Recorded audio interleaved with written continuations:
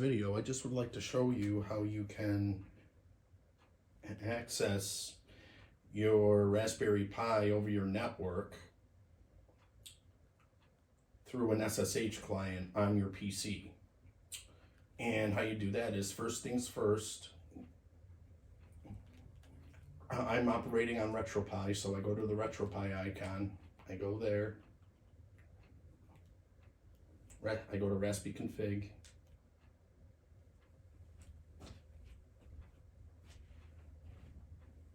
and I go down to update. You always update the utility once you get into it.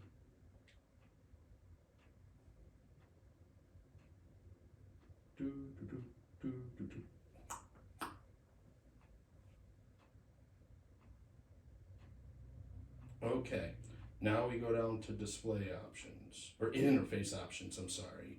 Interface options. Yeah, and then we go down to SSH. This option will enable you to disable or enable the SSH server. We want to enable it, so we go to yes. And it is. And so we X out of that, or finish it. And all we have to do now is, for this part, just reboot the system to apply all the changes. Okay? And I'll meet you at the desktop. Okay. Now we're ready to connect to the Raspberry Pi through an SSH client. First, you will need this utility right here, Putty, which a link is in the description, and it's where you can download it. So whenever you get it downloaded, once you get it downloaded, just click on it, double click on it, and this will come up. Just type in the IP address or the name, in my case, retropie. Type in retropie. I don't want you to see my IP address.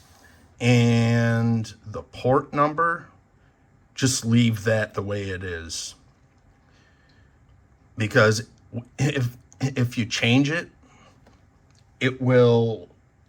the Raspberry Pi will most likely refuse the connection, and because it's confused, it would be confused. So, whatever. So once you do that, you type in the name of the Raspberry Pi or the IP address, open, and you'll be presented with this. By default, username is iPi, enter, and by default, password is Raspberry. Raspberry Pi. Get it? It's a bad joke. Yeah.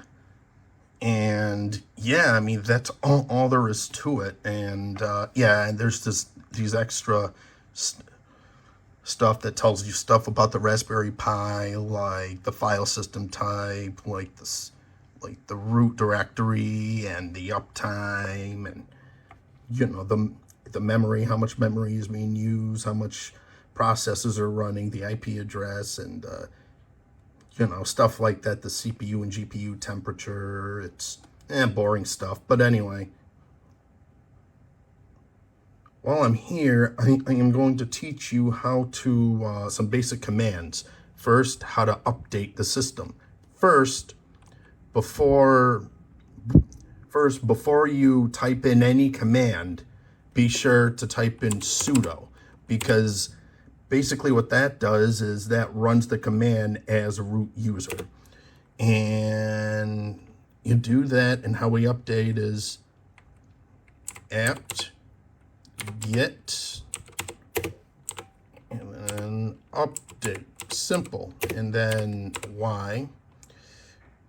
These will all be in the link in the description, all these commands, because then you can copy and paste these commands from the link from the description. Okay, it's updating all the packages on the Raspberry Pi website. Okay, so now what we're going to do is upgrade all packages so that we can download all the updated packages. Upgrade.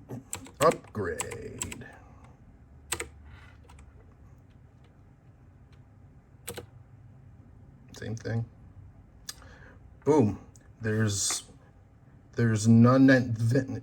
No new packages were upgraded. Nothing was installed because everything is updated on my system, all the packages. So yeah, guys, I mean, that's pretty much it. If you want to, feel free to leave comments, any type of remarks, questions, and be sure to like and subscribe and tell a family or friend. Would really appreciate it. Thank you.